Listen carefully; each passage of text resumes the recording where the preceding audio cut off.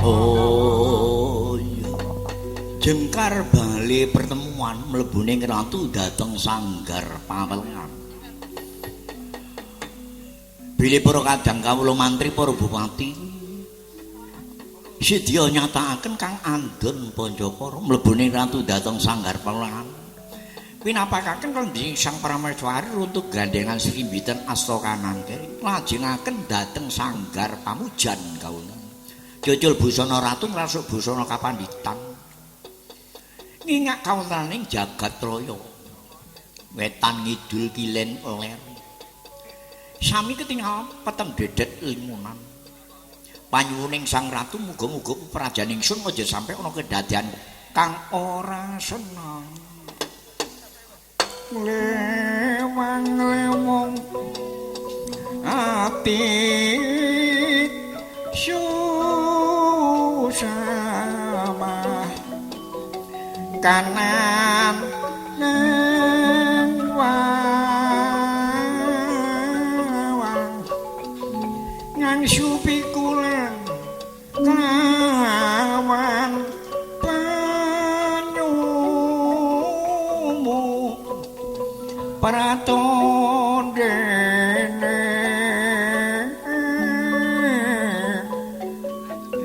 protaruna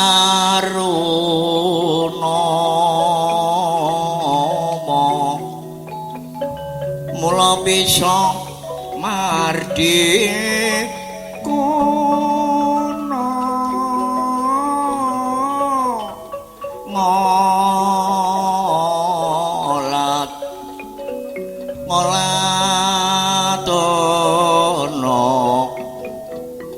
ngolatono ilmu sampurna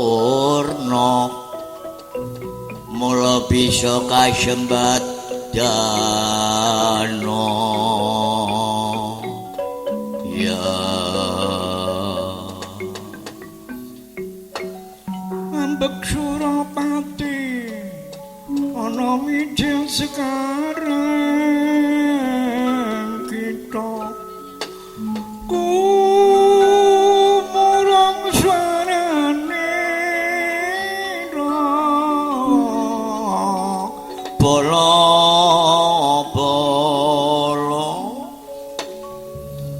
bejane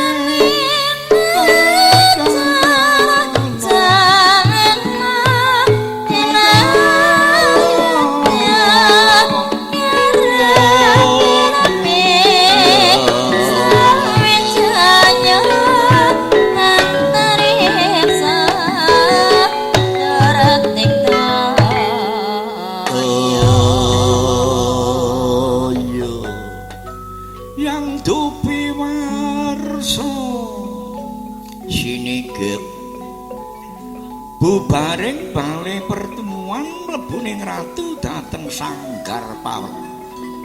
Apa maksud tujuaning mlebu nang sanggar pawelengan? Mitekung kanang ningkang kukira sendaka asta suku tunggal aran.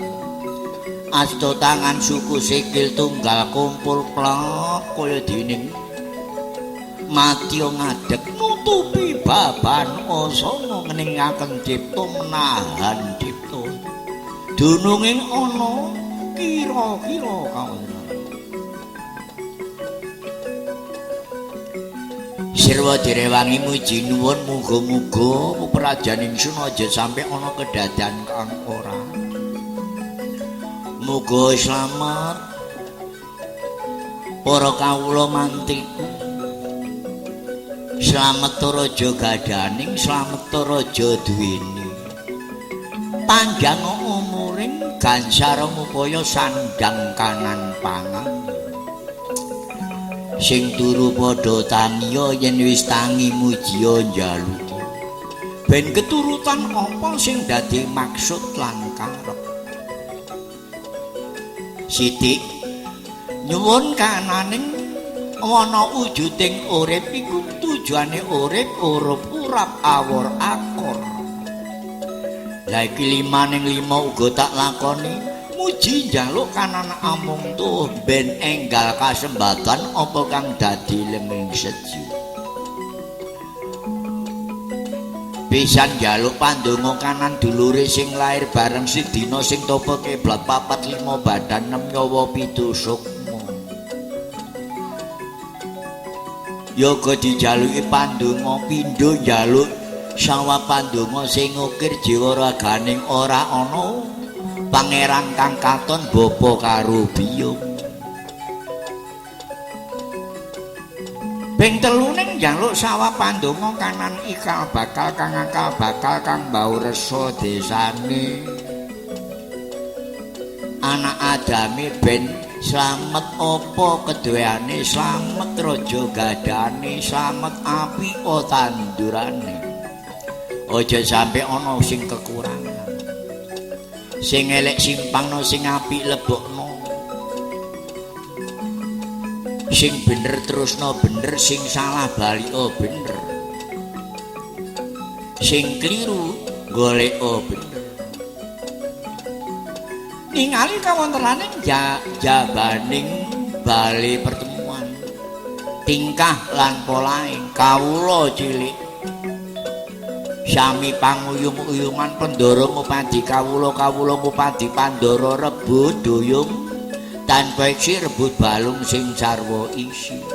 Tingkah lan polahe kawula cilik kaya gabah den interi kaya krikil sinawurna ing tengahing ratan. Pating beslat sami nindakaken pating brengok pating braok ampun ngantos wonten kedadosan ingkang boten. Tangga capo ora nyarosaken kawula ingkang sami rebut ducung Pandara ngupadi kawula ngupadi pan. Sinten ingkang sami kakal-kakalan glandang-glandangan seret sineretan jagur jinaguran. Tambak gamgeng kepatian negari Ngamato glandang utusan saking terbelomani utusaning Brama Kala.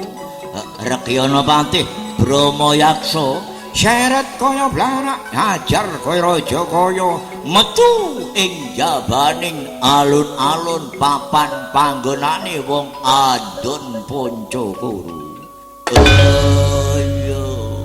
Iya.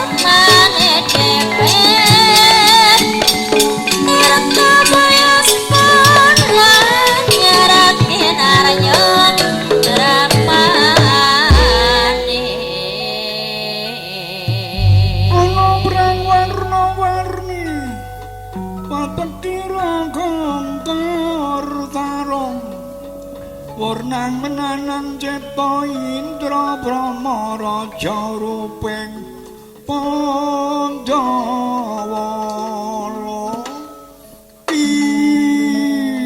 Parab kurang ajar. Wah kawula ngamarta gedhe cilik tuanom kabeh ora duweni duga.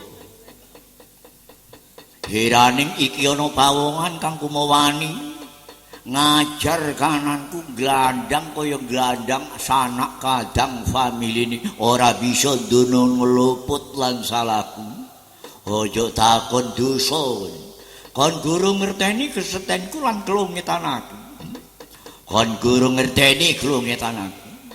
Wah, lah nek kaya awakmu ana wani glandang, aku sing tanpa duweni luput, aja takon dosa kon njaluk mati ping pira.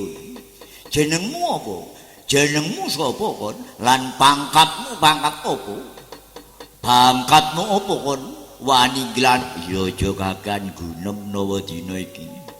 Mula kon ngerti dhewe siramu tak glandang tak ajar ana njaba ngerteno sebab kon iki mertamu nang diangkaning liyan iki ora duwe duga kaya kok atur ana negaramu dhewe iki negara Ngamarta siji kaya negaramu keplok tangan gedruk sikil gak duwe duga mula kon tak glandang ki ngerteo engko niki duwe luput duwe kesalahan gak ngakoni salah lan luputmu.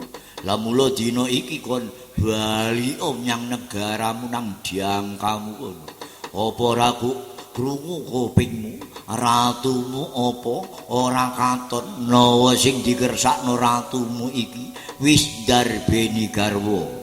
Nata ratu ing Ngamarta iku wis duweni bojo. Lah kok diroyok rusa rebutan apa jagat iki kok anggap Gustimu ratu iki sak godhong kelor putri mung suci wis mula kon ngertenono tak glandang metu balik dina iki ora ya dina iki upamane kon ngamuk sembadani budi tak latyalah langgo ucapmu kon guru ngerteni kesetenku jodhok dagat dadamu tinjo kerat batangmu mah dadi sulamingku ndak labui apa sing dadi maksud lan karepmu wah parah tak jejuin kan aku bajikan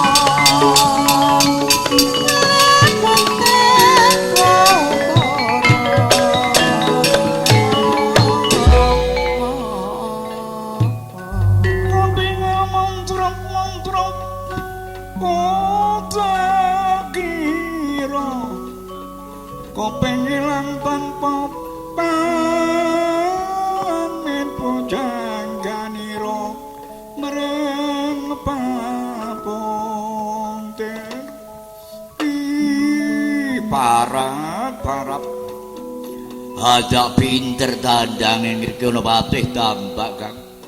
Yaiku singko jaluk singko karepno. Nawa kon gak balik nang diangkamu, kondo terus terang nyarsani ratumu. Bakal kon dadi sulaming bab lajalah. Sumbar patak minta adanding. Ojo mbok anggap aku yuda karo sliramu.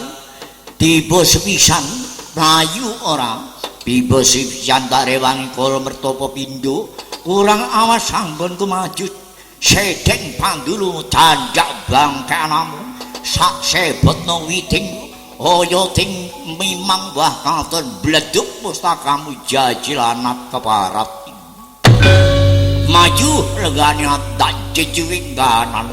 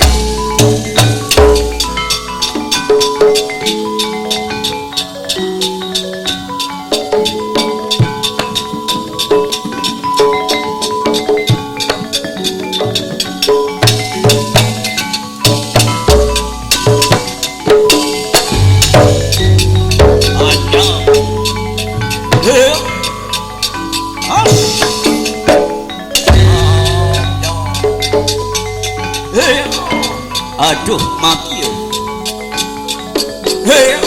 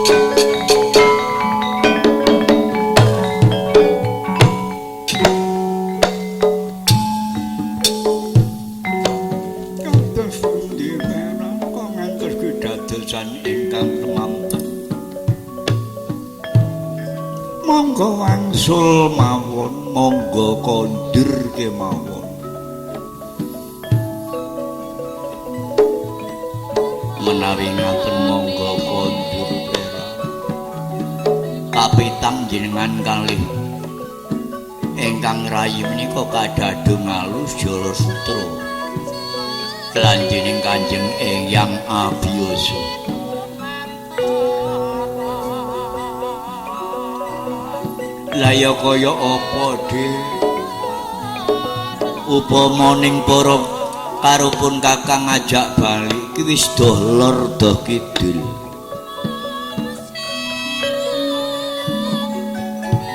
ya wis kadung dilakoni ya ayo diterusno para karupun kakang ana jroning alas ya apa seno lho ya mbuh mamula lak mamula sembarang ku dipikir dhisik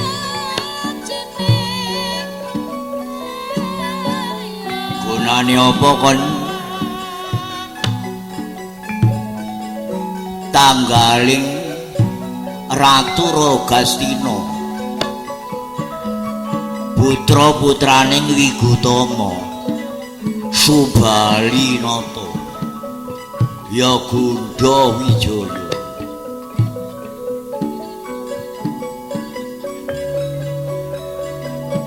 tekun olehmu ibadah, tekun olehmu njaluk sing gawe dawa ndek umurmu. Ora ngantek ketinggalan anggonmu nyemedi. Samu barang ku dipikir dhisik.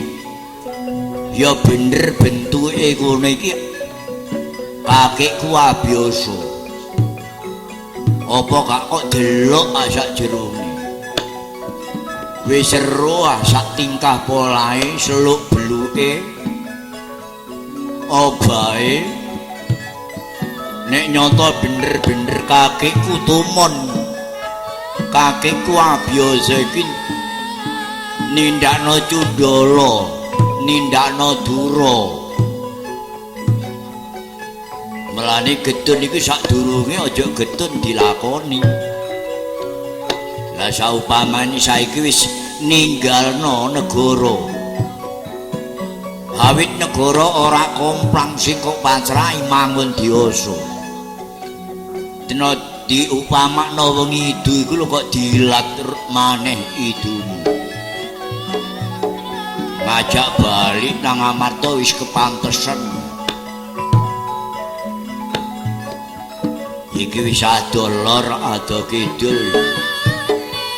Lah ya apa Dik iki lho? Para apa ora welas tangise? Nakula kanan sadewa. Nek pun Kakang upama kepingin ngombe sik tak cegah. Upama pun Kakang lesu isih ngengkrek kanan. Guru dulur para kembar sambate luwe, sambate njaluk ngombe. Adolor do kidul Dik. Lah kersane pun Kakang yo ayo ta wis balah. Najan to idu didilat maneh. Ayo balik nang Amarta, Gak. Aku sing moh. Wis kadung. Sadurunge jangka iku jongkon dhisik. Gorong dijongkok kok jangkai. Ya iki kedadianing bareng Kunto Kakak. Kon iki duduk ratu bodho. Duduk ratu pinter kon iki dadi ratu ngerti. Apa maksud dununge wong ngerti iso ngertekno, iso dudurno. Suka demen tetulung. Ya demen ngekei sandang wong kang kapudan. Demen ngekei pangan wong kang kalwen. Demen ngekei payung wong kaudanan. Demen ngekei teken wong kang wuta. Dong-dongane awakmu isih kena dadung alus jala. Nek ngono-ngono kon iki kurang temen anggonmu ibadah. Kurang wening banyumu, kurang jero kedungmu. Apa maksude jenengin Kunto Dewa? Kun lho.